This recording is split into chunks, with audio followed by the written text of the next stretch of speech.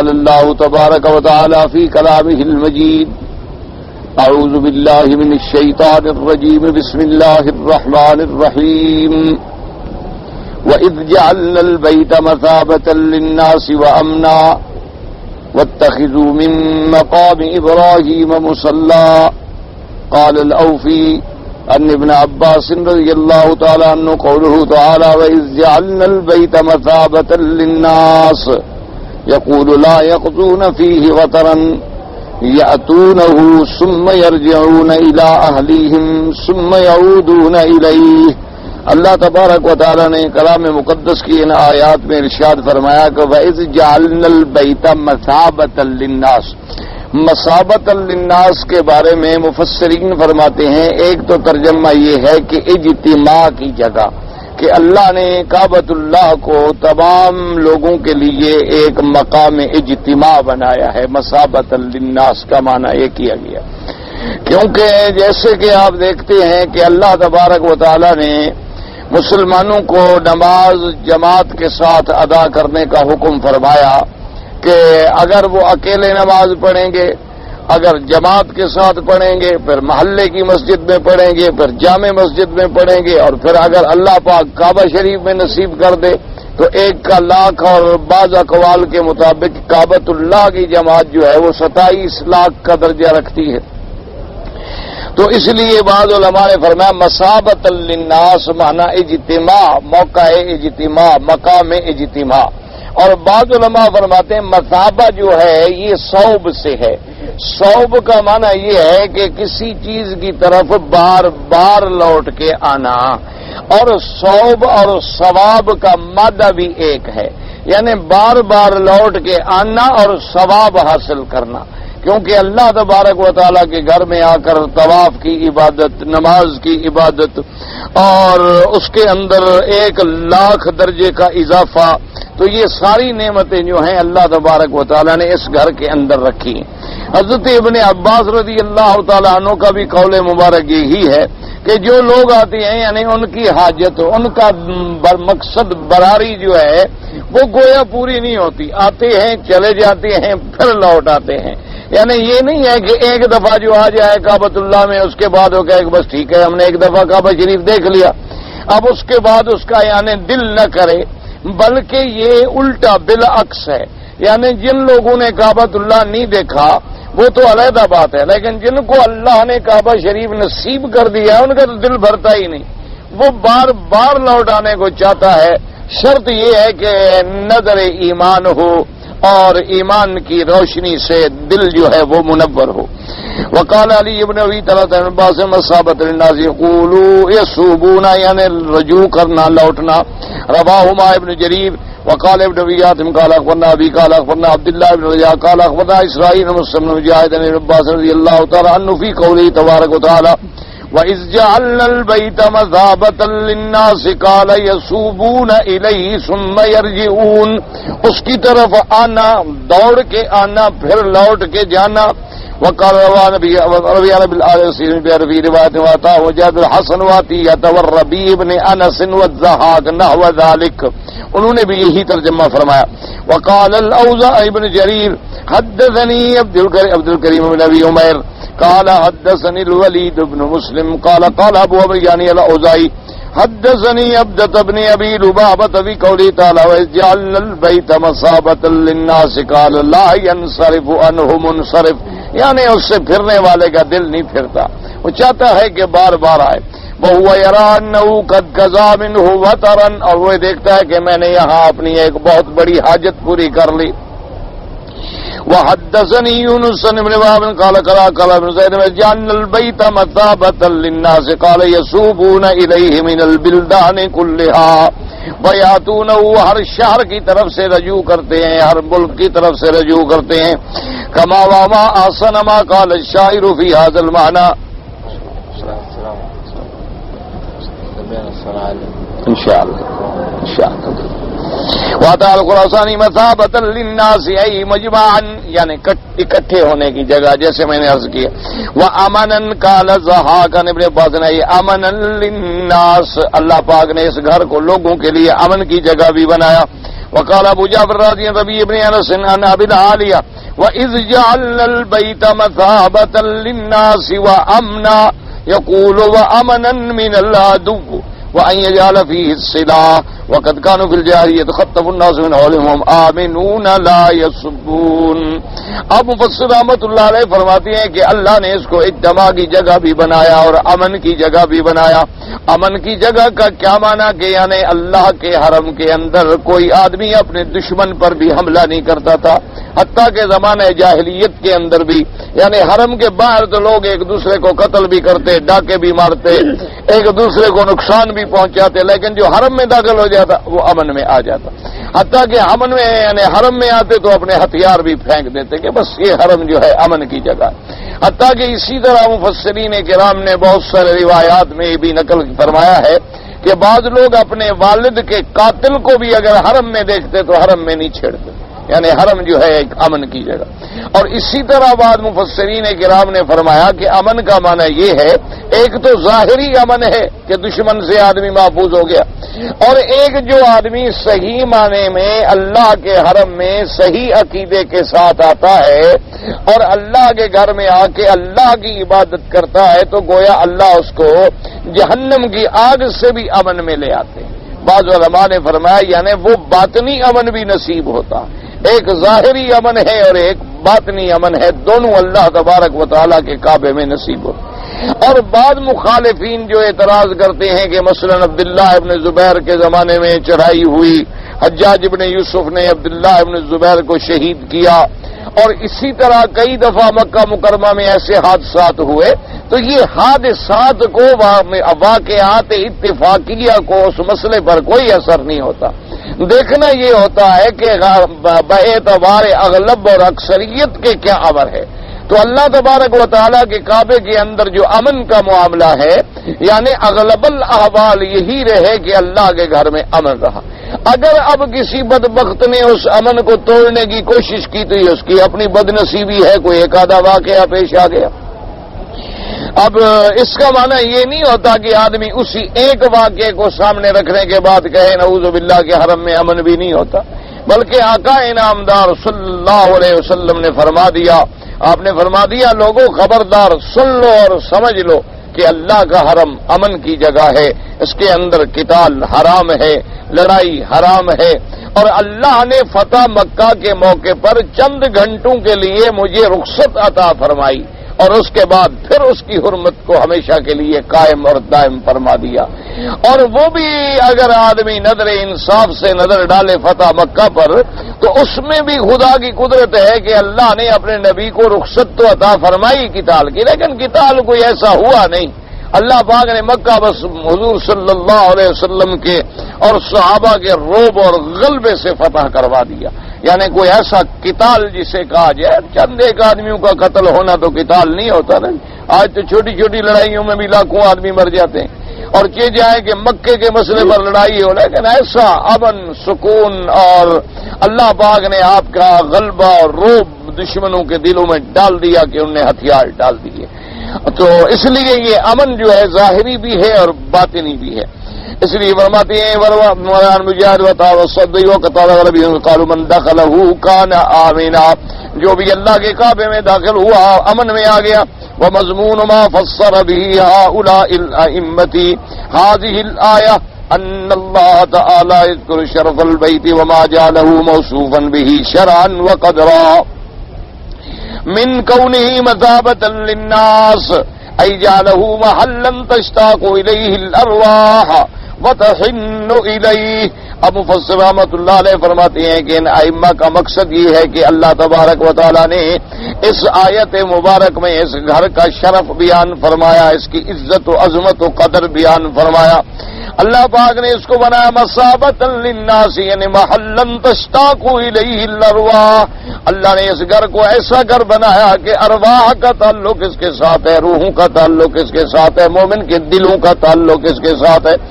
وَتَحِنُّ إِلَيْهِ، تحن کا معنی اصل میں ہوتا ہے کہ جیسے جانور اپنے بچے کی طرف شفقت کی طرح دوڑتا ہے، اللہ نے اس کی محبت بھی ایسے ڈال دی ہے کہ لوگ دور دور سے اس کی طرف آتے ہیں، روتے ہیں، میلان کرتے ہیں۔ وَلَا تَقْضَىٰ مِنْهُ وَقْتًا وَلَوْ تَرَدَّدَتْ إِلَيْهِ كُلُّ عَامٍ اسْتِجَابَةً مِنَ اللَّهِ تَعَالَىٰ، اور ان کی تمنا، ان کی خواہش کبھی پوری نہیں ہوتی، چاہے وہ ہر سال بھی اللہ کی رحمت سے آتے رہے۔ یہ نہیں ہوتا کہ بس جی بھر جائے، جیسے آتا ہے نا قرآن مقدس میں فَلَمَّا قَضَىٰ زَيْدٌ مِّنْهَا وَطَرًا، اللہ پاک نے فرمایا کہ جب زید نے اپنی حاجت پوری کر لی، اب دل بھر گیا، طلاق ہو گئی، ختم ہو گیا، تو اللہ کے کعبے سے کسی کا وطر، کسی کی حاجت پوری ہوتی ہی نہیں، یعنی ہمیشہ ہی اشتیاق بڑھتا رہتا ہے۔ لدعاء خلیلہ ابراہیم علیہ السلام، چونکہ سیدنا ابراہیم الخلیل نے اللہ سے دعا کی تھی فجعل افئدۃ من الناس تهوی الیہم، کہ میرے اللہ لوگوں کے دلوں کو اپنے کعبے کی طرف پھیر دے۔ الی ان قال ربنا وتقبل دعائی، ویصفہ تعالی بانہ جعل امنا من دخلہ امن ولو کان قد فعل ما فعل ثم دخلہ کان آمنا، اللہ نے اس کو امن والا بنایا، یعنی اس نے باہر جو کچھ کیا، چاہے قتل بھی کیا، ڈاکے بھی مارے، اندر آ گیا تو امن اس کو ایک دفعہ مل گیا، نصیب ہو گیا۔ وقال عبد الرحمن بن زید بن اسلم کان رجل کا قاتل ابیہ او اخیہ فیہ فلا یعرض لہ، حتیٰ کہ زمانہ جاہلیت میں بھی لوگ اپنے بھائی، اپنے باپ کے قاتل کو بھی حرم میں دیکھتے تھے تو تعرض نہیں کرتے تھے، حتیٰ کہ اسی لیے امام ابو حنیفہ رحمۃ اللہ علیہ کا تو آج بھی یہی مسلک ہے کہ وہ فرماتے ہیں کہ حرم کو اللہ نے امن والا بنایا ہے۔ وہ فرماتے ہیں اگر کسی کو سزا دینی ہے، حدود اللہ کا اجرا ہے، یعنی ہاتھ کاٹنا ہے، قصاص ہے، قتل ہے، سزا ہے، تو اس کو حدود حرم سے باہر دی جائے تاکہ اللہ تبارک و تعالیٰ کے حرم کی امن اور عظمت جو ہے وہ بحال رہے۔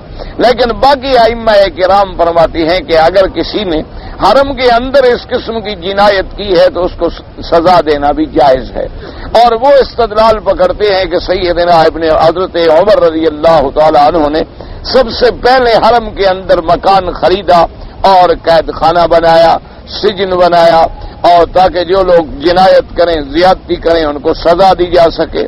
اور اسی طرح سے بہرحال لیکن امام صاحب رحمت اللہ علیہ کی اصل میں یہ یعنی ان کے فقہ کا یہ ایک انداز ہے کہ سب سے پہلے وہ اللہ کے قرآن پہ نظر ڈالتے، یعنی قرآن مقدس میں اگر کوئی آیت آ جائے تو پھر حضرت ادھر ادھر زیادہ توجہ نہیں کرتے، اگر قرآن مقدس میں کوئی بات نہ ملے تو پھر سنت رسول اللہ صلی اللہ علیہ وآلہ آلہ وصحابہ وسلم تسلیما کثیرا کثیرا، اور اس کے بعد بھی اگر کوئی چیز نہ ہو تو پھر اجتہاد کا مرتبہ آئے گا۔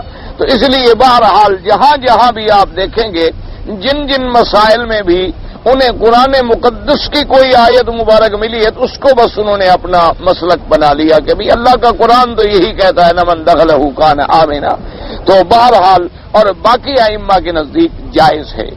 اور اس کے بعد رحمت اللہ علیہم جعل اللہ الکعبۃ البیت الحرام قیاما للناس ای یدفع عنہم بسبب تعظیمها السوء، اللہ پاک نے اپنے کعبۃ اللہ کو حرمت والا گھر بنایا، اللہ تبارک و تعالیٰ اس گھر کی برکت کے ساتھ لوگوں سے بہت بڑی برائیاں اور تکلیفیں دور کر دیتی ہیں۔ کما قال ابن عباس لو لم يحج الناس هذا البيت لأطبق الله السماء على الأرض وما هذا الشرف إلا لشرف بانيه أولا وهو خليل الرحمن علیہ السلام، جیسے کہ حضرت ابن عباس رضی اللہ تعالی عنہ فرماتی ہیں کہ لو لم يحج الناس، اگر خدا نہ کرے لوگ اللہ کے کعبے کا حج چھوڑ دیں تو اللہ آسمانوں کو زمین پہ گرا دیں گے، یعنی مقصد ہے کہ پھر قیامت قائم ہو جائے گی۔ اور فرماتی ہیں کہ یہ شرف جو اللہ نے اس کعبے کو دیا ہے اس میں بھی کوئی شک نہیں کہ اس کے بانی کا بھی شرف ہے، بنانے والا، اور اس کا بانی کون ہے؟ سیدنا ابراہیم الخلیل علیہ الصلوۃ والسلام، کما قال تبارک و تعالی وَإِذْ بَوَّأْنَا لِإِبْرَاهِيمَ مَكَانَ الْبَيْتِ أَلَّا تُشْرِكْ بِي شَيْئًا وقال تبارک و تعالی إِنَّ أَوَّلَ بَيْتٍ وُضِعَ لِلنَّاسِ لَلَّذِي بِبَكَّةَ مُبَارَكًا وَهُدًى لِلْعَالَمِينَ، فی آیات بینات مقام ابراہیم ومن دخلہ کان آمنا وفی هذه الآیۃ الکریمۃ نبہ علی مقام ابراہیم وعلی الامر بالصلاۃ عنده. اور اسی آیت مبارک میں اللہ تبارک و تعالی نے حضرت ابراہیم علیہ السلام کے شرف کو مزید بلند فرما دیا، حکم دیا کہ تم بھی اس جگہ جا کے نماز پڑھو، عبادت کرو جہاں حضرت ابراہیم علیہ السلام کھڑے ہوتے تھے. یعنی وہ پتھر جو ہے مقام ابراہیم جس کو کہا جاتا ہے، اصل میں جو صحیح روایات ہیں وہ یہ ہیں کہ اسی پتھر پہ کھڑے ہو کے ابراہیم علیہ السلام نے اللہ کے کعبے کی تعمیر کی، اور ابراہیم علیہ السلام کے پاؤں کے نشانات بھی اس پتھر میں موجود تھے. اب وہ کم ہو گئے ہیں. یاد رکھیں ایک بات کہ پہلے جو تھے تو بالکل پورے پاؤں کا نشان تھا، پورے پاؤں کا نشان تھا حضرت ابراہیم علیہ السلام کا. لیکن بعد میں لوگوں نے پھر جیسے ہمارے یہاں رواج ہے ماشاءاللہ چومنا چاٹنا تو ہمارا رواج ہے نا، یہ بڑا ابتدا سے تھا، تو لوگوں نے جناب چومنا اور چاٹنا اور مسا کرتے کرتے کرتے وہ پتھر خس گیا، یعنی چھوٹا ہو گیا، تو اس لیے وہ نشان جو ہے وہ بھی چھوٹے باقی رہ گئے. ورنہ پہلے جو تھا اس پر پورا سیدنا ابراہیم علیہ السلام کے پاؤں کے نشانات، کیونکہ لوگ محبت میں آ کر پھر تجاوز کرتے ہیں، غلو کرتے ہیں. اب جیسے مدینہ منورہ میں یعنی وہ کھجوریں جو حضور صلی اللہ علیہ وسلم نے حضرت سلمان فارسی رضی اللہ تعالیٰ عنہ کے لیے آپ لگائی تھی، اب جناب لوگوں نے پھر ان کو چومنا اور چاٹنا اور سینے سے لگانا اور ان کی لکڑیاں کاٹ کاٹ کے لے جانا، نتیجہ نکلا کھجوریں ہی ختم ہو گئی. تو اس طریقے سے یہ ہمارے ہاں تو ایک بہت بڑا رواج ہے، اللہ معاف فرمائے. اور اس کو ہم سمجھتے ہیں کہ یہ ادب ہے، حالانکہ یہ ادب نہیں ہوتا. ادب وہ ہے جتنا اللہ کا حکم ہے. اللہ نے حکم، یہ تھوڑی مقام ہے کہ اللہ نے فرمایا اس جگہ آگے نماز پڑھو، اس سے بڑا کوئی ادب ہے، اس سے بڑا کوئی مقام ہے. اس پتھر کے لیے اللہ تبارک و تعالیٰ نے اتنی کہ اس کو ہمیشہ مصلی بنا دیا اور قیامت تک کے لیے سیدنا ابراہیم علیہ السلام کی یادگار بنا دی. اور یہ بھی یاد رکھیں کہ صحیح روایات میں میرے آقا کے زمانے میں، سرکار مدینہ کے زمانے میں صلی اللہ علیہ وسلم اور سیدنا ابی بکر صدیق رضی اللہ تعالیٰ عنہ کے زمانے میں یہ مقام ابراہیم کا جو پتھر ہے یہ کعبۃ اللہ کی دیوار کے ساتھ تھا. یہاں دروازہ مبارک ہے نا، اس کے ساتھ یہ مقام ابراہیم تھا. پھر سیدنا عمر رضی اللہ تعالیٰ عنہ کے زمانے میں ایک بہت بڑی سیل آئی، یعنی بہت بڑی بارشیں آئیں، اور پھر یہاں کی بارشیں تو پہاڑوں سے پانی گرتے ہیں، تو وہاں سے انہوں نے اس پتھر کو ہٹا دیا تو کعبۃ اللہ سے دور ہو گیا. تو سیدنا عمر رضی اللہ تعالیٰ عنہ کے زمانے میں اب جس جگہ ہے اس جگہ جا پہنچا، یہاں تک اس کو سیل لے گئی. تو سیدنا ابراہیم علیہ السلام کا اس پتھر کو حضرت عمر رضی اللہ تعالیٰ نے فرمایا کہ جہاں وہ پانی کی وجہ سے چلا گیا اب یہی رہنے دو، اب اسی جگہ رہنے دو. اور انہوں نے پھر اس کے ارد گرد کچھ پتھروں کی ایک دیوار بھی بنا دی تاکہ اگر دوبارہ کوئی سیل آئے تو اس پہ زیادہ اثر انداز نہ ہو سکے. تو اس کے بعد پھر آہستہ آہستہ آہستہ موجودہ حکومت کو اللہ جزائے خیر دے کہ انہوں نے پھر اس کے اوپر ایک بلوری شیشہ لگا دیا اور جو باقاعدہ باہر مسلح بنا ہوا تھا اس کو ہٹا دیا تاکہ طواف والوں کو تکلیف نہ ہو اور زیادہ سے زیادہ لوگ جو ہے آسانی کے ساتھ پھر سکیں اور طواف کر سکیں. اور دوسرا مشکل بدعت بھی شروع ہو گئی کہ لوگوں نے خط لکھ کے اندر ڈالنے شروع کر دیے اور لوگ نے اپنے فوٹو اندر ڈالنے شروع کر دیے. ان کا خیال ہے شاید پتھر رات کو ہمارے خط پڑھے گا. عجیب عجیب جاہلیت ہے، لوگوں کے عجیب عجیب عقیدے ہیں. اللہ تبارک و تعالیٰ بس ہمارے حال پہ رحم فرما دیں. اللہ تبارک و تعالیٰ رحمت عطا فرمائیں. اللہ تبارک و تعالیٰ ہمیں صحیح عقیدے پہ قائم رکھیں. اس وجہ سے پھر انہوں نے اوپر بلوری ایک شیشہ بڑا قیمتی لگا دیا کہ وہ نظر بھی آ سکے اور لوگوں کی بدعات سے بھی محفوظ رہ سکے. کیونکہ اصل میں مشکل یہ ہے کہ ہر مسئلے میں ہم لوگوں نے اتنا تجاوز کیا ہے نا جی حدود سے، اللہ پاک رحمت فرمائے. اب جب جیسے دیکھیں کہ غار حرا ہے یعنی جبل نور ہے، بھئی اس میں کسی کو شبہ ہے کہ آخر وہ غار کتنی باعث برکت ہے کہ جہاں میرے پاک نبی مہینے مہینے بیٹھتے ہوں، اس میں کسی کو شبہ ہے.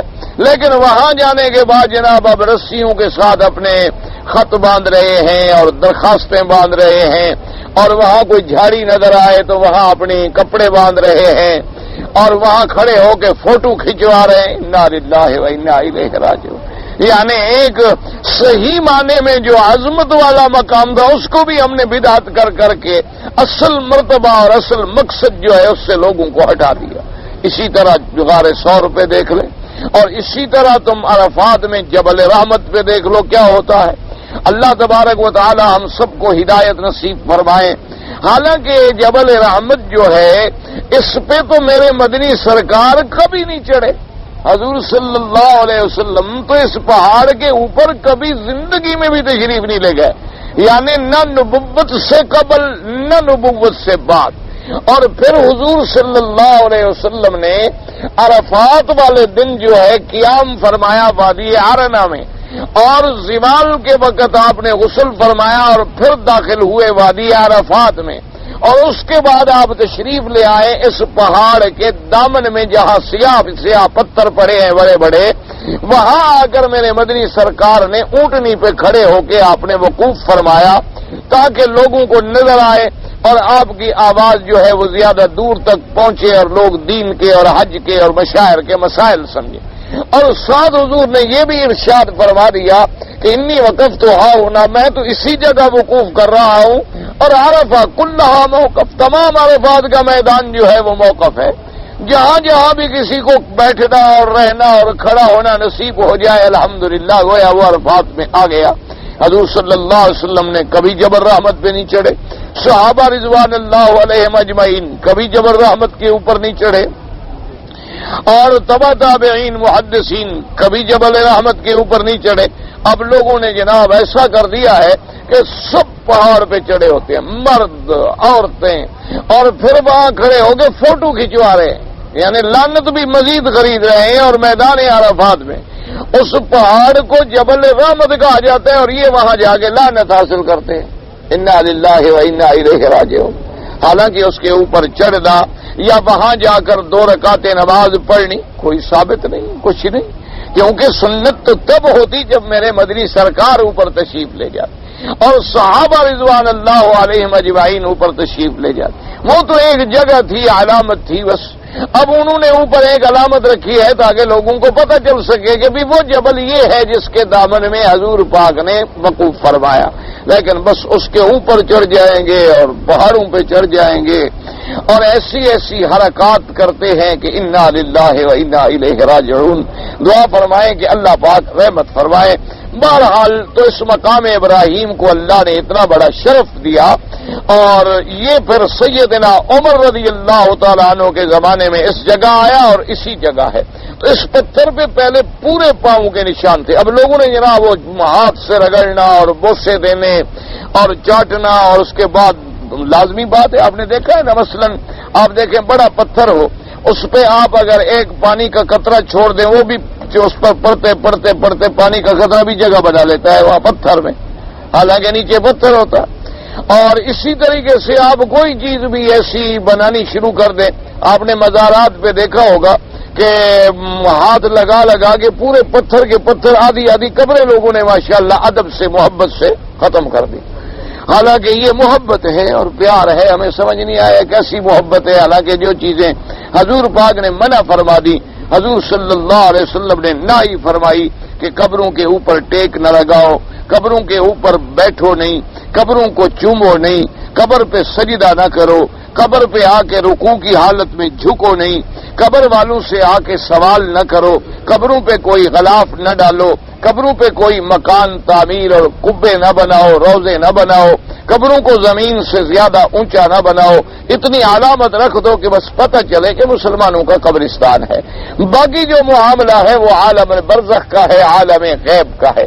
اگر وہ بندہ اللہ کو پیارا ہے تو اس کے لیے وہی ہم جو گڑھا بناتے ہیں وہی جنت کا ٹکڑا بن جاتا ہے اور اگر وہ بندہ کافر ہے اور مشرک ہے تو وہی جہنم کا گڑھا بن جاتا ہے. اور اللہ اس کو عالم برزخ میں کیسے بناتے ہیں وہ ہم نہیں دیکھ سکتے کیونکہ عالم غیب ہے. اور جب اس عالم کو ہم دیکھ نہیں سکتے تو ہم ایمان لائیں گے بفرمان قول رسول پاک صلی اللہ علیہ وآلہ آلہ وصحابہ وسلم تسلیما کثیرا کثیرا۔ اب کوئی عقل لڑاتا رہے کہ دیکھو جی ہمارے سامنے تو قبر ہے، ہم نے تو نہیں دیکھا، ہمیں تو نہ عذاب نظر آتا ہے نہ وہاں کوئی نعمت نظر آتی ہے، تو یہ ہماری جاہلیت ہے۔ اس لیے کہ اب دیکھیں مثلا خواب میں آدمی دیکھتا ہے کہ مجھے تکلیف ہو رہی ہے، مجھے مار رہے ہیں، مجھے قتل کر رہے ہیں، مجھے یہ بہت چیخیں مار کے اٹھ جاتا ہے، اور ساتھ والے کو پتہ بھی نہیں ہوتا، ساتھ والا جو ساتھ لیٹا ہوا ہے اس کو سمجھ بھی نہیں ہوتی۔ اگر نیند میں یہ ہو سکتا ہے تو موت کے بعد بھی تو اللہ تبارک و تعالیٰ قادر ہیں کہ ایسے حال میں ان کو عذاب بھی ہو اور ہمیں نظر بھی نہ آئے، جیسے کہ حضور پاک صلی اللہ علیہ وسلم نے فرمایا کہ جب عذاب قبر ہوتا ہے تو ہر چیز اس کو سنتی ہے الا الثقلین، صرف انسان اور جن جو ہے وہ نہیں سنتے، کیونکہ اللہ پاک نے ان کو محفوظ کر دیا، اگر سنیں گے تو مردوں کو باہر پھینک کے آ جائیں گے، آئندہ کوئی دفن کرنے کی ضرورت بھی نہیں کرے گا۔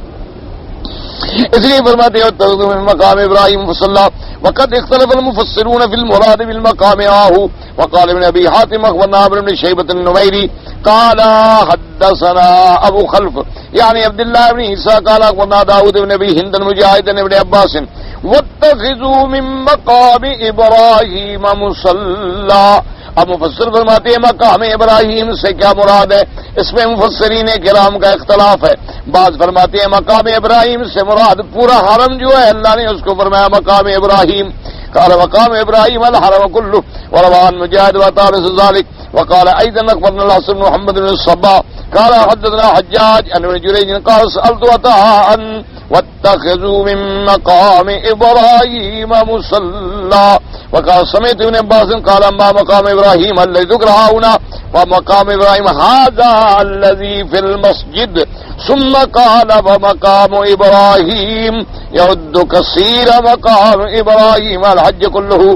کہتے ہیں کہ میں نے حضرت ابن عباس سے سنا، انہوں نے فرمایا مقام ابراہیم تو یہی ہے جو اس مسجد کے اندر ہے، لیکن مقام ابراہیم کا اطلاق جو ہے اور بھی بہت ساری چیزوں پہ ہوتا ہے، حتیٰ کہ حج سارے پر مقام ابراہیم یعنی تمام مناسک جو اس پر بھی مقام ابراہیم کا اطلاق ہو جاتا۔ ثم فسره ليتا وقال تعریف وصلاتان بعرفة والمشعر ومنا ورمي الجمار والطواف بين الصفا والمروة، وقلت فسر بعض قال لا ولكن قال مقام ابراہیم الحج كله۔ اس کے بعد فرماتی ہیں کہ انہوں نے کہا کہ عرفات کے اندر دو نمازوں کا پڑھنا، مزدلفہ مینا کنکریاں مارنا، طواف صفا مروہ کے درمیانی سب مقام ابراہیم کہلاتا ہے۔ تو کہتے ہیں میں نے پوچھا کہ کیا یہ تفسیر حضرت ابن عباس نے بیان کی تھی؟ انہوں نے کہا کہ نہیں، حضرت ابن عباس نے تو نہیں بیان کی، لیکن حضرت ابن عباس نے جب یہ فرمایا کہ الحج کلہ، حج سارے کا سارا جو ہے اس کا نام مقام ابراہیم ہے، تو حج کے اندر پھر عرفات بھی ہے، مینا بھی ہے، طواف بھی ہے، صفا مروہ بھی ہے، ہر چیز۔ فرماتی ہے قلت سمعت ذلك اسمعت لهذا اجماع قال سمعت منه، انہوں نے کہا یہ میں نے سنا ہے حضرت ابن عباس سے کہ انہوں نے فرمایا کہ یہ تمام چیزیں جو ہیں ان پر مقام ابراہیم کا اطلاق ہوتا ہے۔ وقال سفیان الثوری عن عبد الله بن مسلم عن سعید بن جبیر واتخذوا من مقام ابراہیم مصلی قال حج مقام ابراہیم نبی اللہ قد جعلہ اللہ رحمتا فکان یقوم علیہ وناول اسماعیل الحجارہ ولو غسل راسہ کما یقول لاختلف رجلاه۔ اب جناب اس کے بعد فرماتے ہیں کہ مقام ابراہیم سے مراد یہ پتھر ہے، اللہ نے اس کو رحمت والا پتھر بنا دیا کہ اسی پہ حضرت ابراہیم علیہ السلام کھڑے ہوتے تھے، اور حضرت اسماعیل علیہ السلام جو ہے آپ کو پتھر پکڑاتے تھے اور آپ پتھر دیواروں کے اوپر لگاتے تھے۔ باقی آپ کا یہ کہنا کہ اس پہ کھڑے ہو کے آپ نے سر دھویا تھا، تو کہتے ہیں تو پھر تو پاؤں میں اختلاف آ جاتا نا، ایک جگہ پر تو نہ رہتے۔ وقال سدي المقام الحجر الذي وضعت زوج اسماعیل تحت قدم ابراہیم حتى غسلت راسه۔ سدی فرماتی ہیں کہ مقام ابراہیم سے مراد وہ پتھر ہے کہ حضرت اسماعیل علیہ السلام کی بیوی آپ کی بہو نے آپ کے لیے پتھر رکھا کہ آپ پتھر پہ بیٹھ جائیں تاکہ وہ آپ کا سر مبارک دھو لیں سفر سے تشریف لائے، تو بعد میں فرمایا کہ اس مقام سے مراد وہ پتھر ہے۔ اقال کرتبی وضعف ورجعه غیر، انہوں نے کہا لیکن یہ قول بھی ضعیف ہے۔ وحكاه الرازي في تفسيره عن الحسن البصري وقتادة والربيع ابن انس وقال الرياض اخبرنا رسول محمد بن الصباح قال اخبرنا عبد الوهاب بن عطاء بن جريج عن جابر بن محمد النبي سمع جابرا يحدث عن حجة النبي صلى الله عليه وسلم قال لما طاف النبي صلى الله عليه وسلم قال له عمر هذا مقام أبينا قال نعم قال أفلا نتخذه مصلى فأنزل الله عز وجل واتخذوا من مقام إبراهيم مصلى. اب جناب فرماتی ہیں حدیث میں آتا ہے حضرت جابر روایت فرماتی ہیں حضور کا حج مبارک بیان فرماتی ہیں. اس کے بعد آتا ہے کہ لما طاف النبی صلی اللہ علیہ وسلم جب حضور پاک نے طواف فرما لیا حضرت عمر رضی اللہ تعالیٰ عنہ نے عرض کیا کہ یا رسول اللہ صلی اللہ علیہ وسلم ھذا مقام ابینا یہ پتھر جو ہے یہ وہی جگہ ہے جس میں ہمارے ابا ابراہیم علیہ السلام کھڑے ہوئے. حضور نے فرمایا کہ نام ہاں یہ وہی پتھر ہے. تو حضرت عمر نے عرض کیا فلا نتخذہ مصلی کیا ہم اس کو نماز پڑھنے کی جگہ نہ بنائیں یعنی ہم یہاں نماز پڑھیں طواف کی. تو اللہ پاک نے قرآن مقدس نازل فرما دیا. اس لیے ایک بات ہمیشہ یاد رکھا کرو کہ بعض ہمارے لوگ جو ہیں اللہ انہیں بھی ہدایت دے, دعا کریں اللہ ہمیں بھی ہدایت دے, مسلمانوں کے عقیدوں کو خراب کرتے ہیں. وہ کہتے ہیں دیکھو جی ایک پتھر جو ہے اس پہ اللہ کے نبی کھڑے ہوئے ہیں تو جب اللہ کے نبی ایک پتھر پہ کھڑے ہوئے تو اللہ نے اس کو بھی سجدہ گاہ بنا دیا تو نبی کی قبر پہ پھر ہم سجدہ کیوں نہ کریں. لوگوں کے عقیدوں میں اللہ پاک رحمت فرمائے, اللہ پاک ہدایت دے. بعض لوگ تو محبت میں غلو کرتے ہیں اور بعض لوگ ضد میں آ جاتے ہیں, بات بڑھتی بڑھ جاتی ہے اور پھر وہ لوگوں کو سمجھاتے ہیں کہ دیکھو جی قرآن پاک میں ہے کہ مقام ابراہیم کو نماز کا مصلی بنایا گیا کہ اس کے پیچھے کھڑے ہو کے 2 رکعت نماز پڑھو. کہتے ہیں دیکھو جی نماز تو اللہ کی ہے نا. اگر پتھر جس پہ صرف نبی کے قدم لگ جائیں وہاں مصلی بن گیا تو جب پورا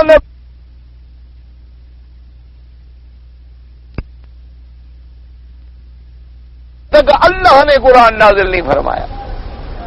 اللہ نے حکم دیا کہ واتخذوا من مقام ابراہیم مصلی. تو جب اللہ حکم دے دیں تو بات ختم ہو گئی. اللہ نے حکم دیا تو ملائکہ نے آدم علیہ السلام کو سجدہ نہیں کیا.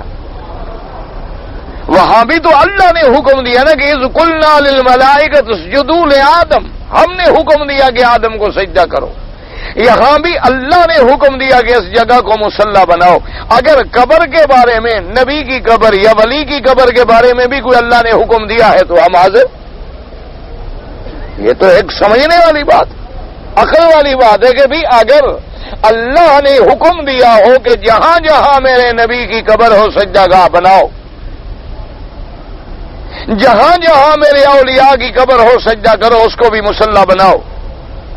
قیاس ایسا کرنا کہ قیاس مال فاسد کہ یہاں تو اللہ نے حکم دیا اور قبور انبیاء کے بارے میں حضور نے فرمایا لعن اللہ الیہود والنصارى اتخذوا قبور انبیائہم مساجدا. اللہ یہود و نصارہ پہ لعنت کرے جنہوں نے انبیاء کی قبروں کو سجدہ گاہ بنا دی. وہاں تو حضور نے لعنت فرمائی. اور اللہ کے نبی نے دعا مانگی کہ اللہم لا تجعل قبری وثن یعبد, کہ یا اللہ میری قبر کو بھی بت نہ بنا دینا کہ لوگ آگے سجدے کرتے رہیں اور رکوع کرتے رہیں اور وہاں آ کے چومتے رہیں. اللہ میری قبر مبارک کو محفوظ رکھنا. اللہ نے حضور کی دعا کو منظور فرمایا. اللہ پاک نے حضور کی قبر مبارک کو ایسا محفوظ فرما دیا کہ کسی کے پہنچنے کا سوال ہی پیدا نہیں ہوتا. تو اس لیے ہمیشہ ایسی باتوں میں دھوکہ نہ کھایا کریں. جیسے بعض اوقات یہ کہتے ہیں دیکھو جی اللہ کے اولیاء تھے اصحاب کہف, اصحاب کہف اللہ کے ولی تھے, تو وہاں پر بھی قرآن کہتا ہے کہ لنتخذن علیہم مسجدا, کہ ان لوگوں نے بھی ولیوں کی قبر پہ وہاں جا کے مسجد بنائی. تو ہم بھی تو ولیوں کی قبروں میں مسجدیں بناتے ہیں, آگے قبر ہوتی ہے پیچھے ہم مسجد بنا دیتے ہیں. خدا کے بندے پہلے تو یہ دیکھو کہ اصحاب کہف کی مزار یا غار جس میں وفات ہوئی وہاں مسجد بنانے والے کون؟ نبی تھے. جن لوگوں نے مسجد بنائی وہ انبیاء تھے, یا اس مسجد کے بنانے کا حکم اللہ نے دیا؟ اچھا پھر اس مسجد کی عبادت کا کوئی حکم ہوتا تو اللہ تو منع نہ فرماتے کہ بھی دیکھنے کی ضرورت کیا ہے وہاں. حتیٰ کہ یعنی آپ اندازہ کریں حضور پاک کا زمانہ گزر گیا, سیدنا صدیق کا زمانہ گزر گیا, سیدنا عمر کا زمانہ گزر گیا, سیدنا عثمان کا زمانہ گزر گیا, سیدنا علی کا زمانہ گزر گیا, حضرت معاویہ رضی اللہ تعالیٰ عنہ کے زمانے میں صحابہ کا لشکر جو وہاں سے گزرا تو کچھ صحابہ نے کہا کہ بھئی ہم اس جگہ سے گزر رہے ہیں جہاں اصحاب کہف کی وہ مزار ہے, وہ غار ہے جس میں وہ دفن ہے, تو چلو کم از کم وہ جگہ تو ہم دیکھیں. تو اس وقت بھی صحابہ نے منع کیا, انہوں نے کہا مت جاؤ, دیکھنے کا حکم نہیں ہے, کیونکہ اللہ نے قرآن میں خود فرما دیا ہے کہ لَمُلِئْتَ مِنْهُمْ عُرُوبًا, اگر دیکھو گے ڈر جاؤ گے تم. ایسا ہم نے ایک ہیبت وہاں طاری کر دی, صحابہ نے منع کیا, لیکن کچھ صحابہ دیکھنے کے لیے چلے گئے. خدا کی شان ہے, وہ کہتے ہیں ابھی اس پہاڑ کے قریب ہم نہیں پہنچے تھے کہ شدید آندھی کا طوفان آیا, ہم خود گم ہو گئے اور بڑی مشکل سے ہم واپس قافلے میں پہنچے. جب وہاں آئے تو صحابہ نے کہا کیا ہوا, انہوں نے کہا ہمارے سے ہم نے تو کہا تھا کہ مت جاؤ, تو اللہ نے تو وہاں جانے سے بھی منع کر دیا. جائے کہ وہاں سجدہ گاہ بنائی جائے اور وہاں جا کے سجدے کیے جائیں اور دلیل پکڑی جائے کہ دیکھو جی اصحاب کہف اللہ کے اولیاء تھے لہذا مسجد بنانا جائز ہے.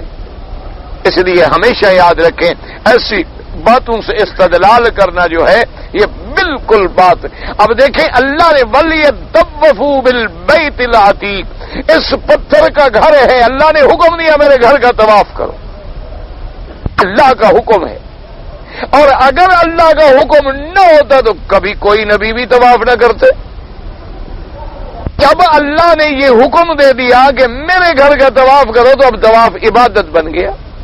اچھا, جس جگہ کا اللہ نے حکم نہیں دیا, کل کوئی یہ کہے کہ دیکھو جی کعبہ شریف جو ہے اس کا طواف ہو سکتا ہے اور کعبے کے اندر تو کچھ ہے ہی نہیں, یہ تو نہیں کہ خدا بیٹھا ہے, خدا کا مقام تو عرش اولا ہے. اللہ کا کعبہ تو اس لیے کعبہ ہے کہ نسبت ہے کہ میرا گھر ہے. وہ کہتے ہیں جی جب یہ کعبہ ہے خالی, اندر بھی کوئی نہیں, اس کا طواف ہو سکتا ہے تو محمد پاک تو روضے میں موجود ہیں, ان کا ہم طواف کیوں نہ کریں. اس لیے یہ جاہلیت ہے, کیونکہ اس گھر کے طواف کا حکم کس نے دیا ہے؟ اللہ نے دیا ہے. میرے مدنی پاک کے روضے کے طواف کا حکم اللہ نے دیا ہے. صحابہ نے کوئی عمل کیا ہے؟ خلفائے راشدین نے کوئی عمل کیا ہے؟ باقی یہ کہنا کہ دیکھو جی محبت جو ہے نا حضرت ان لوگوں کو کیا پتا, بس محبت میں آدمی بے-تاب ہو جاتا ہے. تو تمہاری محبت سیدنا صدیق سے بھی زیادہ ہے, صحابہ سے بھی تمہاری محبت بڑھ گئی ہے, حضرت بلال سے بھی بڑھ گئی ہے, اہل بیت رسول سے بھی بڑھ گئی ہے, اولاد رسول سے بھی بڑھ گئی ہے, حضرت علی سے بھی بڑھ گئی ہے. تم 1400 سال کے بعد محبت میں اتنی ترقی کر گئے ہو کہ صحابہ سے بھی آگے نکل گئے ہو. سب کی حالت ہوتی ہے.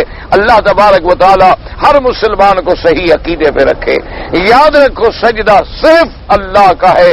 مقام ابراہیم کو مصلی بنایا گیا, اللہ نے اپنے انبیاء کی محنتوں کو منظور فرما کے ان کی یادگار کو جہاں مناسب سمجھا وہاں ایک اپنی طرف سے ایک عبادت کا حکم جاری کر دیا کہ صفا مروہ دوڑتے رہو, ایک یاد جاری رہے اور بی بی کو ثواب پہنچتا رہے. مقام ابراہیم پہ 2 رکعت پڑھتے رہو, سیدنا ابراہیم علیہ السلام کو ثواب پہنچتا رہے. کعبۃ اللہ کا طواف کرتے رہو, حضرت ابراہیم علیہ السلام کو ثواب پہنچتا رہے, چونکہ بنا کعبہ کا بانی جو ہے وہ ابراہیم الخلیل علیہ السلام ہے. تو جہاں جہاں حکم ہو آمنا و صدقنا, اور جہاں جہاں حکم نہ ہو وہاں اپنی طرف سے عقل لڑانا جو ہے پھر اس کا نتیجہ جو ہے وہی نکلتا ہے کہ جیسے سب سے پہلے ایک فرقہ باطنیہ کا ایک آدمی گزرا ہے, ان کا سب سے بڑا جو آدمی تھا, اللہ معاف فرمائے, اللہ اس کے فتنوں سے بچائے, فرقہ باطنیہ جو ہے وہ بھی شیعہ کا ایک فرقہ. انہوں نے سب سے پہلے اس نے اپنے مریدوں کو ایک فتویٰ جاری کیا. اگر عقل سے سوچنا ہے تو عقل کے مطابق تو اس کی بات بھی ٹھیک ہے. اس نے ایک فتویٰ جاری کیا کہ بھئی یہ کیا بات ہے کہ ہمارے گھر میں مثلا 2 لڑکے ہیں اور 2 لڑکیاں ہیں, یعنی 2 بھائی 2 بہنیں ہیں, تو ہم ان 2 بہنوں کے لیے غیروں کو رشتہ ڈھونڈتے ہیں, ان کو لے آتے ہیں شادی کرنے کے لیے, اور اپنے 2 لڑکوں کے لیے ہم لوگوں کی لڑکیاں ڈھونڈتے ہیں. جن کا ہمیں پتہ بھی نہیں ہوتا، ان لڑکیوں کو بھی ہمارے لڑکوں کا پتہ نہیں ہوتا، حالانکہ یہ ایک گھر میں پلے ہیں، ایک ماں باپ کے پیٹ سے نکلے ہیں، ایک دوسرے کے حالات کو سمجھتے ہیں، ایک دوسرے کے عادات کو سمجھتے ہیں، اور پھر یہ ہے کہ جتنی ان کی آپس میں ہمدردی ہو سکتی ہے وہ باہر کی لڑکی کی ہمدردی نہیں ہو سکتی، لہذا آج کے بعد بہن اور بھائیوں کی شادی کر دیا کرو۔ انہوں نے کہا سب سے زیادہ اپنی بہن کا حقدار جو ہے اس کا بھائی ہے۔ ایک گھر میں پیدا ہوئے، پھر بہن اس کا کھانا پکاتی ہے، اس کے کپڑے سیتی ہے، اس کا گھر بناتی ہے، اس کا بستر ٹھیک کر رہی ہے، سارے کام تو بہن کر رہی ہے، تو باقی اگر ایک جنسی فائدہ بھی اپنے بھائی کو پہنچا دے گی تو کیا فرق پڑ جائے گا؟ اور پھر یہ ہے کہ معاملہ گھر کا گھر میں بھی رہے گا، رشتے بھی نہیں ڈھونڈنے پڑیں گے، ہمیں دولت بھی نہیں خرچ کرنی پڑے گی، ہمیں پیسہ بھی نہیں خرچ کرنا پڑے گا۔ تو اب عقل سے آپ کیا کہہ سکتے ہیں؟ عقل سے آپ کیا عقل تو کہتا ہے ٹھیک ہے وہ بھی عورت ہے وہ بھی مرد ہے، کیا ضرورت ہے کہ ہم باہر سے ڈھونڈ کے لے آئیں؟ اگر صرف عقل لڑانا ہے تو پھر تو بہن بھائی کا رشتہ بھی اس نے عقل سے نکال لیا کہ عقل کے مطابق تو یہ زیادہ مناسب رشتہ ہے کہ گھر میں ہے، تمہارے سامنے پلی ہے، تمہارے سامنے جوان ہوئی ہے، اور پھر بھائی کی عادات کو سمجھتی ہے، بھائی بہن کی عادات کو سمجھتا ہے۔ جہاں تم شادی کر رہے ہو خدا جانے وہ لڑکی کیسی ثابت ہو، یا اپنی لڑکی جس مرد کو تم دے رہے ہو خدا جانے وہ لڑکا کیسا ثابت ہو، کل کو شریف ثابت ہو، کمینہ ہو، برا ہو، حیا والا ہو، بے حیا ہو، کیا پتا ہوتا ہے باہر کا لڑکا ہے۔ یہ تو گھر کا معاملہ ہے، گھر میں رہنے دو۔ اب عقل کا تقاضا تو پھر یہی ہے۔ تو اسی طرح تم بھی عقل لڑاتے رہو کہ کعبے کا طواف ہو سکتا ہے پتھروں کے گھر کا، تو نبی کے مزار کا بھی ہو سکتا ہے، اور پھر جناب جب نبی کے مزار کا ہو سکتا ہے تو ولی بھی تو نبی کے غلام ہوتے ہیں نا جی، پھر ان کا بھی تو ہو سکتا ہے۔ پھر تو یہی عقل لڑاتے چلے جاؤ گے نا، پھر دین نہ ہوا عقل کے تابع ہو گیا۔ اور حالانکہ دین کیا ہے کہ جہاں ہماری عقل کی حدیں ختم ہو جاتی ہیں وہاں اللہ کا وحی شروع ہو، کہ ہماری عقل بھی قرآن کے تابع، ہمارا دماغ بھی قرآن کے تابع۔ اللہ نے فرما دیا حرمت علیکم امہاتکم وبناتکم واخواتکم وعماتکم وخالاتکم، اللہ نے حرام کر دی کہ ماں کے ساتھ نکاح حرام ہے، بہن کے ساتھ نکاح حرام ہے، بیٹی کے ساتھ نکاح حرام ہے۔ جب اللہ نے حرام کر دیا تو آمنا وصدقنا، اب ہمیں عقل لڑانے کی کیا ضرورت ہے؟ جو عقل کے بنانے والا ہے اسی نے تو حرام کیا ہے، جس نے ہمارا عقل بنایا، جس نے ہمیں عقل دیا ہے، جو عقل کا خالق ہے اس نے کہا ہے حرام ہے، تو لازماً اس کے اندر کوئی حکمت ہے، چاہے ہم سمجھ سکیں یا نہ سمجھ سکیں۔ یہ تو ہم کہیں گے کہ ہماری سمجھ کے اندر قصور ہے۔ اچھا اب دیکھو نا جی، اب نئے نئے ڈاکٹر تحقیق کر کے نئی نئی جو جدید سائنس ہے وہ اس مقام پہ پہنچی ہے کہ اب وہ ڈاکٹر خود کہتے ہیں لوگوں سے کہ بھئی رشتے جو ہے نا آپس میں نہ کیا کرو، دور دور رشتے کیا کرو۔ اب جدید سائنس جو آپ کی ہے وہ اس مقام پہ آ گئی ہے کہ جی اور سب سے پہلے یہ پوچھتے ہیں بچے کو کوئی تکلیف ہو نا تو وہ کہتے ہیں کہ جی آپ نے اپنے بیٹے کی شادی جو ہے کہاں سے کی ہے؟ اس کی بیوی جو ہے چچے کی لڑکی ہے، کس کی لڑکی ہے، کس کی لڑکی ہے، کس کی لڑکی ہے، کس کی لڑکی ہے؟ وہ کہتے ہیں جی یہ بیماریاں اسی لیے تو پیدا ہوئی ہے کہ یہ خون جو ہے نا، بلڈ جو ہے نا، وہ ایک دوسرے سے جب آتا ہے، جب قرابت ہوتی ہے تو اس کے اندر یہ بیماری پیدا ہوتی ہے، یہ بیماری پیدا ہوتی ہے، یہ بیماری پیدا ہوتی ہے۔ لہذا رشتے جو ہیں باہر کے خاندانوں میں کیا کرو تاکہ یہ بیماریوں کے سلسلے جو ہیں یہ موروثی ہوتی ہے، بعد بیماریاں پھر وہ نسلاً در نسلاً ایک دوسرے کو لگ جاتی ہیں، آدمی ان سے نہیں بچ سکتا۔ اب یہ آگے تو اللہ نے ماں کو بہن کو جو حرام کیا تو کوئی حکمت تھی؟ ایک تو اس میں ایک حکمتیں تھیں، اور دوسری حکمت یاد رکھو یہ تھی کہ جب آدمی ماں ہے اور بہن ہے، اللہ نے جو ماں کو عزت دی ہے، اگر ماں بیوی بن جائے تو پھر وہ عزت کہاں گئی؟ اللہ نے جو بہن کو مرتبہ دیا ہے، اگر بہن نعوذ باللہ بیوی بن جائے، وہ مقام اخوت جو تھا، وہ رشتہ جو تھا، وہ احترام انساب جو تھا، وہ ختم ہو کے رہ جائے گا، وہ عزت ختم ہو جائے گی، وہ نسل ختم ہو جائے گی، اور آنے والے چند سالوں کے بعد پھر تو کوئی نسل بھی نہیں ہوگی۔ اس لیے اللہ تبارک و تعالیٰ کے جہاں جہاں احکام آئے پھر اپنے عقل نہ لڑایا کرو کہ جی مقام ابراہیم کے پیچھے ہم 2 نماز پڑھتے ہیں 2 رکعتیں، اگر ہم نے قبر شریف پہ پڑھ لی تو کیوں نہ پڑھیں؟ عقل کا تقاضا تو یہ ہے، اگر پتھر کے پیچھے جائز ہے تو نبی کی قبر مبارک پہ جائز کیوں نہیں؟ تو بات یاد رکھو، یہاں اللہ کا حکم ہے اور وہاں اللہ نے منع کیا ہے۔ یہاں اللہ کا حکم ہے، کیونکہ کوئی جتنا عقل کا اندھا بھی کیوں نہ ہو، وہ کبھی پتھر کو نفع نقصان کا مالک نہیں سمجھ سکتا۔ بڑے سے بڑا عقل کا اندھا بھی کوئی نہ آ جائے، وہ یہ نہیں سمجھ سکتا کہ یہ پتھر میری بات سن رہا ہے، یہ پتھر مجھے نفع نقصان دینے کے قابل ہے، نہیں سمجھ سکتا۔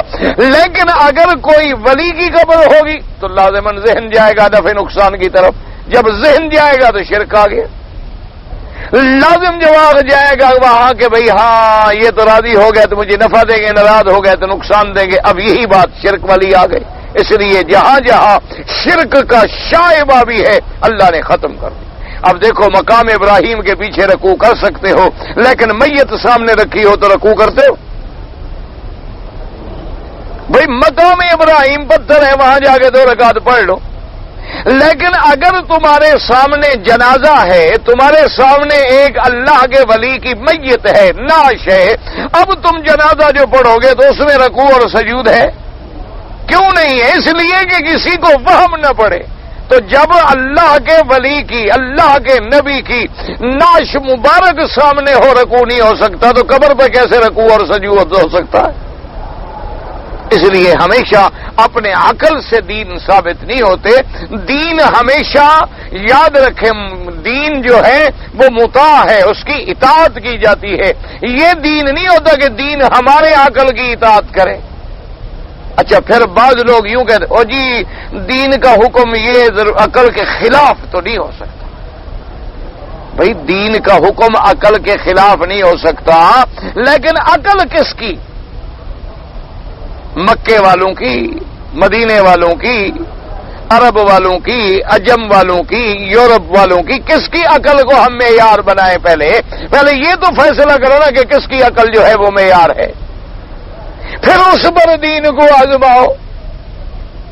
اچھا پھر عقل تو ایک ایسی چیز ہے کہ خدا نہ کرے ذرا سا اختلال آ جائے، جنون آ گیا، عقل ختم۔ تو اب جس کی عقل ختم ہو جائے لہذا اس کا معنی یہ ہے وہ جو کہتا رہے وہ دین اسی طرح بنتا چلا جائے۔ اس لیے یاد رکھیں کہ ہر چیز جو ہے وہ اللہ کے رسول کے حکم کے تابع ہے، اللہ تبارک و تعالی اسی پہ ہمیں چلائیں۔ اور اس کے بعد جناب فرماتی ہیں کہ پھر اللہ نے یہ آیت نازل فرمائی قال فنتخذوا من مقام ابراہیم مصلی وقال ابن مردوی اخبرنا دالج ابن احمد قال اخبرنا غیلان ابن عبد الصمد قال اخبرنا مسعود بن المرزبان قال اخبرنا زكريا بن ابي زاهد عن اسحاق بن ميمون عن عمر بن الخطاب رضي الله تعالى عنه انه مر بمقام ابراهيم فقال يا رسول الله صلى الله عليه وسلم أليس نقوم بمقام خليل ربنا قال بلى قال افلا نتخذه مصلى فلم يلبس الا يسيرا۔ حضرت عمر رضی اللہ تعالیٰ نے عرض کیا کہ یا رسول اللہ صلی اللہ علیہ وسلم یہ حضرت ابراہیم اللہ کے خلیل کا وہ مقام ہے جس پہ آپ کھڑے ہوئے، ہم اسی جگہ نہ کھڑے ہوں۔ ابھی یہ بات ہو رہی تھی، تھوڑی سی دیر گزری کہ اللہ نے قرآن نازل فرمایا واتخذوا من مقام ابراہیم مصلی وقال المردوی اخبرنا علی بن عبد محمد القزوینی قال اخبرنا علی بن حسین قال حدثنا الجنید قال اخبرنا هشام بن خالد قال اخبرنا ولید بن مالک بن سن جابر محمد النبی جابر قال لما وقف رسول اللہ صلی اللہ علیہ وسلم یوم فتح مکہ ان مقام ابراہیم قال له عمر رضی اللہ عنہ یا رسول اللہ هذا مقام ابراہیم الذي قال الله سبحانه وتعالى قال نعم قال قلت لمالك هكذا حدثك واتخذوا قال نعم هكذا وقع في هذه الرواية وهو غريب، اس روایت میں غرابت ہے۔ وقد النسائی حدیث رضی بن سمنا وہ قال بخاری رحمہ اللہ تعالی باب قوله واتخذوا من مقام ابراہیم مصلی مثابۃ یسوبون، اللہ نے لوٹنے کی جگہ بنائی، یرجعون الیہ۔ حدثنا مسدد قال اخبرنا یحییٰ عن حمید عن انس بن مالک رضی اللہ تعالی عنہ قال قال عمر بن الخطاب وافقت ربی فی ثلاث او وافقنی ربی ربی فی ثلاث قلت یا رسول اللہ لو اتخذت من مقام ابراہیم مصلی فنزلت. حضرت عمر رضی اللہ تعالیٰ عنہ کہتے تھے کہ میرے اللہ نے 3 باتوں میں میری بات کی لاج رکھ لی اور میری بات کو منظور فرما لیا. ایک تو میں نے حضور سے عرض کیا تھا کہ یا رسول اللہ مقام ابراہیم کو مصلی بنا لیں. اللہ پاک نے آیت نازل کی اتخذوا من مقام ابراہیم مصلی وقلت یا رسول اللہ يدخل عليك البر والفاجر فلو امرتم عاد المؤمنین بالحجاب. اور دوسرا میں نے یہ عرض کیا تھا کہ یا رسول اللہ آپ کے پاس ہر قسم کے لوگ حاضر ہوتے ہیں, گھر میں آتے ہیں ملنے کے لیے, اگر آپ اپنی بیویوں کو پردے کا حکم دے دیں تو زیادہ بہتر ہوگا. اللہ نے پردے کی آیت قرآن میں اتار دی. قال وبلغني معاتبة النبي صلی اللہ علیہ وسلم بعد نسائه فدخلت عليهن فقلت ان انتهيتن او لا يبدلن الله ذو خير منكن اتيت احدى نسائه قال يا رب في رسول الله ما يا نساء وتعيذهن انت وانزل الله صارب وان طلقكن ان يبدل ذلك خير منكن مسلمات مؤمنات.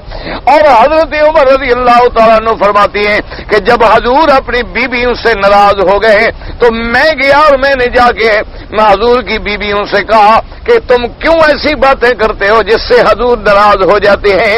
خبردار خیال رکھو, حضور کو راضی رکھا کرو. کہیں ایسا نہ ہو کہ اللہ حکم دے دیں کہ ان کو طلاق دے دو اور تم سے اللہ ان کو بہتر بیویاں عطا فرما دیں. تو بیوی نے عرض کیا, انہوں نے کہا حضرت عمر حضور ہمیں نصیحت فرماتے ہیں وہ کافی ہے, تم ہمیں واز نہ کرو, تم ہمیں واز نہ کرو, تم کو حضور سے زیادہ بہتر ہمیں نصیحت کر سکتے ہو. اللہ پاک نے قرآن نازل کر دیا ساربہ ان طلقکن ان یبدلوا خیرا منکن ازواج منہن مسلمات مؤمنات قانتات تائبات عابدات سائحات. اللہ نے فرمایا کہ اگر یہ اپنی بات سے نہ ہٹی اور میرے نبی نے طلاق دے دی تو ہم اس بات پہ قادر ہیں کہ ان سے زیادہ بہتر بیویاں حضور کو عطا فرمائے. ان بیویوں کی صفات کیا ہوں؟ مسلمات مومنات قانتات تائبات.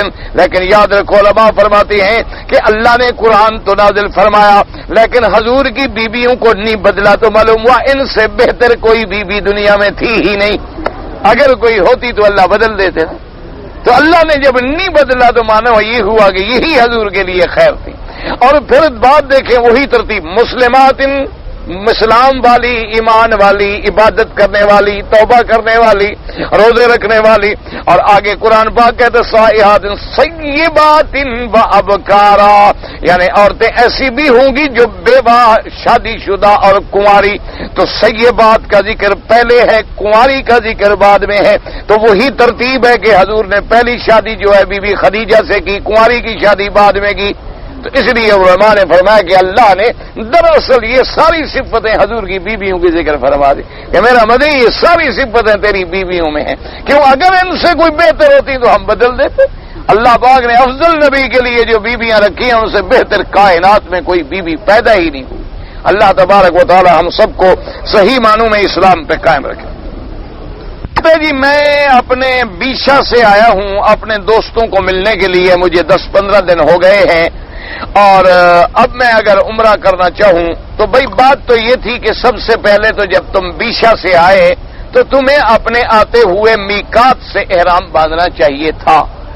کیونکہ امام ابو حنیفہ رحمۃ اللہ علیہ کے نزدیک تو چاہے کوئی دوست کو ملنے کے لیے آئے چاہے کوئی کام کے لیے آئے, وہ کہتے ہیں جب بھی میقات پہ آئے احرام باندھے, عمرہ کرے, عمرے کے بعد اپنے کام کرے. اگر عمرہ نہ کرے وہ فرماتے ہیں ایک دم بھی ادا کرے اور عمرہ بھی قضا کرے. باقی ائمہ کے نزدیک یہ گنجائش ہے کہ باہر سے آنے والے کی نیت جو ہے وہ عمرے کی نہیں تھی, اس کی نیت تھی کہ میں دوستوں کو ملوں گا اور میں کوئی چیز خریدوں گا یا میں فلاں آدمی کے پاس جاؤں گا. عمرے کی نیت ہی نہیں تھی. وہ کہتے ہیں جب نیت نہیں تھی تو اس پر دم بھی نہیں ہے اور عمرہ قضا کرنے کی ضرورت بھی اس کو نہیں ہے. لیکن اگر آپ عمرہ کرنا چاہتے ہیں تو لازماً آپ کو حرم سے باہر, چاہے آپ تنیم چلے جائیں چاہے جیرانہ چلے جائیں, حد حرم سے باہر کہیں سے جا کر آپ احرام باندھ سکتے ہیں اور عمرہ کر سکتے ہیں.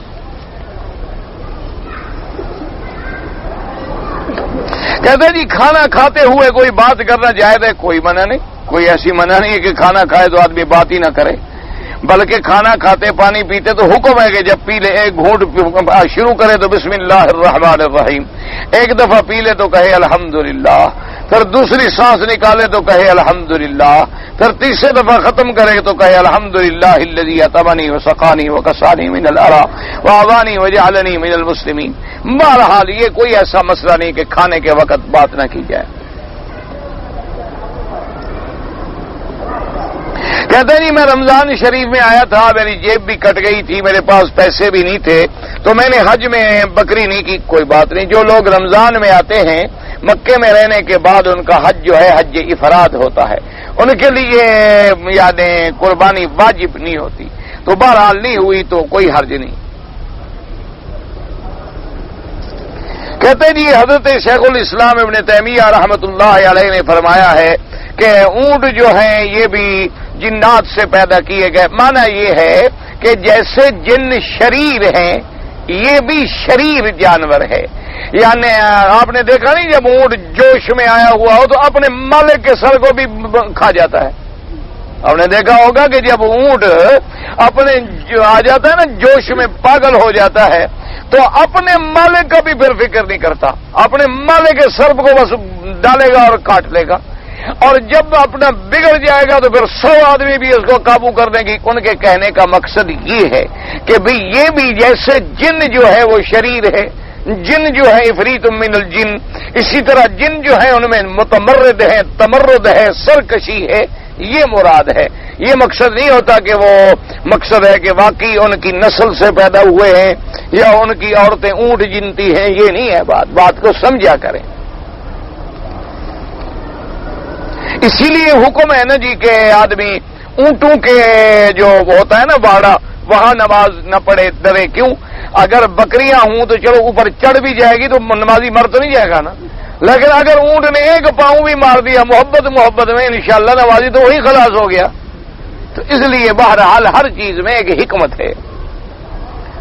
کہتے جی جو لوگ اہل حدیث ہیں وہ حق پر ہیں، بالکل جو حدیث پہ عمل کرے وہ حق پہ نہیں ہوگا، جو بھی حدیث رسول پہ عمل کرے الحمدللہ وہ سب حق پر ہیں، لیکن دعا کریں کہ اللہ حدیث کو سمجھنے کی بھی توفیق عطا فرمائے، کیونکہ اگر ہر آدمی اپنے عقل سے سمجھنا شروع کر دے تو پھر انجام وہی ہوتا ہے جیسے آپ کسی کو دوا خانے میں کھڑا کر دیں اور دوائیں پڑھ پڑھ کے دوائیں مریضوں کو دیتا جائے، تو پھر حال یہ ہوگا۔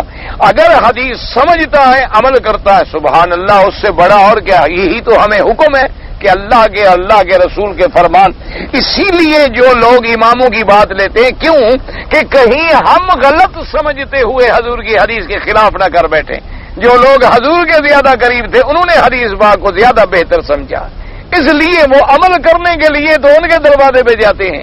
جیسے آپ مسئلہ پوچھنے کے لیے کسی عالم کے پاس جاتے ہیں، کیوں جاتے ہیں؟ کہ میں کہیں غلطی نہ کر دوں۔ اب کئی مسئلے لوگ پوچھتے ہیں، ہم کہتے ہیں کہ بھئی آپ مفتی صاحب سے جا کے پوچھیں، آپ امام حرم سے جا کے پوچھیں، کیونکہ وہ بڑے عالم ہیں، بڑے علماء ہیں، تاکہ ہم کہیں غلطی نہ کر بیٹھیں۔ ان کا مقصد بھی عمل بالحدیث ہوتا ہے، اور جتنے ائمہ ہیں ان کا مقصد بھی عمل بالحدیث ہوتا ہے، وہ بھی حدیث کے تابع ہوتے ہیں۔ باقی دعا کریں اللہ فرقہ بندی سے اور ایک دوسرے کے خلاف کدورت سے اور ایک دوسرے کے خلاف بغض سے پناہ عطا فرمائے۔ اسی لیے وہ مسئلہ وہی آ گیا۔ یاد رکھو کہ جب مسئلہ نہیں آئے گا تو فاسألوا اہل الذکر ان کنتم لا تعلمون۔ اسی طرح حکم ہے واتبع سبیل من اناب الی، اسی طرح حکم ہے اہدنا الصراط المستقیم صراط الذین انعمت علیہم غیر المغضوب علیہم ولا الضالین آمین۔ جی میں نے ایک پاکستانی اخبار میں پڑھا تھا کہ حضور کے جنازے کی نماز کس نے پڑھائی تھی، تو حضور کا بھی کوئی امام بن سکتا ہے آپ کے نزدیک؟ ہم تو حضور کو امام الانبیاء مانتے ہیں، آپ کا تو یہ نبی بھی امام نہیں بن سکتا، آپ کے عقیدے میں بن سکتا ہے؟ ہمارا تو یہ عقیدہ ہے کہ اگر 1,24,000 نبی موجود بھی ہوں تو کوئی مصلی پہ کھڑا نہیں ہو سکتا جب تک محمد مصطفیٰ کھڑے نہ ہوں۔ سمجھ آ گئی بات؟ عقل کے ساتھ سمجھا کرو۔ اس لیے حضور کے جنازے پہ صحابہ کھڑے ہوتے تھے اور درود پڑھ کے باہر آ جاتے، کسی کو امام بننے کی ضرورت ہی نہیں۔ امام کیوں بنے؟ بغیر وضو کے قرآن شریف یاد پڑھ سکتے ہیں، اور طواف کے دوران تیسرا کلمہ بالکل جو یاد ہو پڑھتے رہو، طواف کے اندر سورۃ الکافرون اور سورۃ قل هو اللہ احد پڑھیں تو بالکل افضل ہے، ورنہ جو بھی سورت یاد ہو پڑھ سکتے ہیں۔ حنفیوں کے یہاں شام کی اذان کے بعد وقفے میں نماز، یہ روز تو مسئلہ ہوتا ہے کہ بھی حنفیوں کے نزدیک نہیں ہے، باقیوں کے نزدیک جائز ہے، لکھنے والا بھی ایک ہے، پوچھنے والا بھی ایک ہے، پنسل قلم بھی ایک ہے۔ کیا کرے آدمی بھائی؟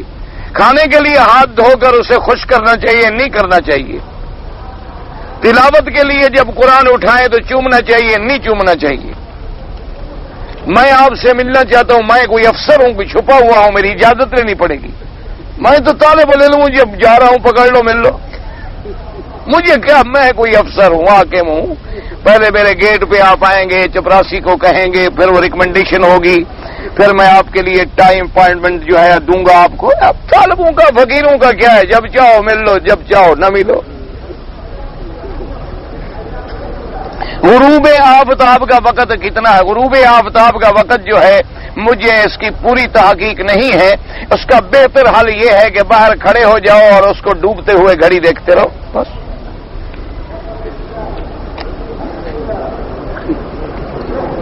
اگر ایک آدمی نے رات کو استنجا کیا تھا اور صبح کو جب اٹھا تو اس نے استنجا نہیں کیا اور وضو کر لیا، تو استنجا تو تب کرے جب پیشاب کرے۔ جب اس نے پیشاب ہی نہیں کیا تو وضو کرے، استنجے کی کیا ضرورت ہے؟ رات کو کیا تھا چاہے نہیں کیا تھا بھائی، صبح کو جب نماز کے لیے اٹھائے، اگر پیشاب کی ضرورت ہے تو پیشاب بھی کرے، استنجا بھی کرے، وضو بھی کرے، نہیں ہے وضو کر کے چلا جائے، استنجے کرنے کا کیا تعلق ہے؟